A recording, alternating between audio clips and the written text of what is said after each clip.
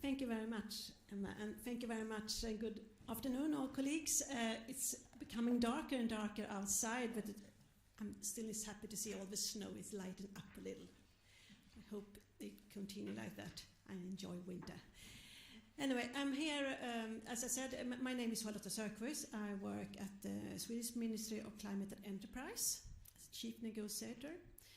I have actually been the chair of SBI for 5 years, but just recently in October I was released because now a new chair has been elected. But I have been in this position for quite a long time, so I've really been involved in the negotiations. And today I will I've been asked just to give a brief presentation about what happened 1 year ago in Montreal and just give some outlook. And well, we have already heard, I know also you heard a lot of presentation this morning about, we all know the background. The broad message and tenet are clear. Biodiversity deteriorating and we need to stop and reverse biodiversity loss. And that was the whole background and work based on science that all the negotiation is based on. We had a 4-year process with long negotiations, but also interaction with all different actors. So when we finally came to Montreal last December and we could decide upon this global biodiversity framework, it was just a final agreement based on a long process. Just a very brief little background. It was somebody who, I think all of you know about this, that we have a lot of free Rio conventions. One of them are the UN Convention on Biodiversity. We have 3 main objectives: the conservation of biodiversity and also the sustainable use and the fair and equitable sharing of benefit arising for utilization of genetic resources. This is a framework convention, so many of the decisions is very over. We need to have to go more details with COP decisions to make action happen, and we all the parties, 196, need to do its part, because the framework decisions, they are very overarching. But in this framework, when they took the decisions,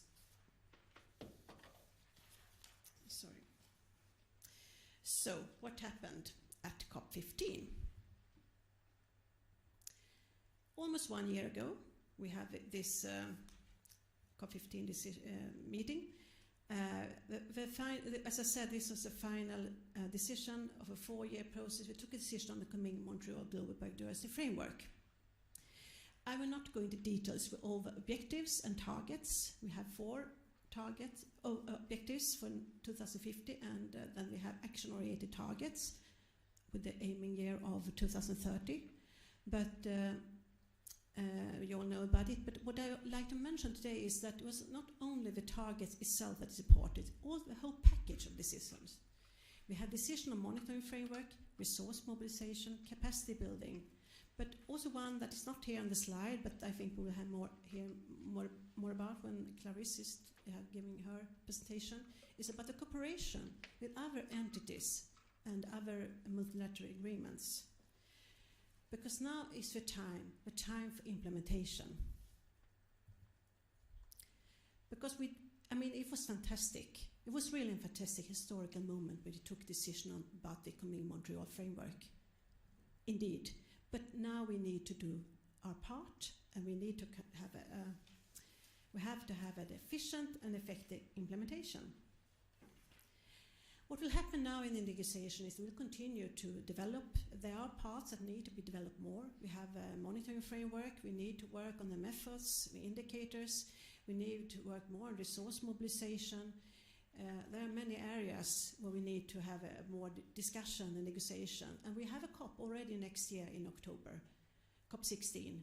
And by then, the plan is that all parties should have presented their updated plans or communicated their targets.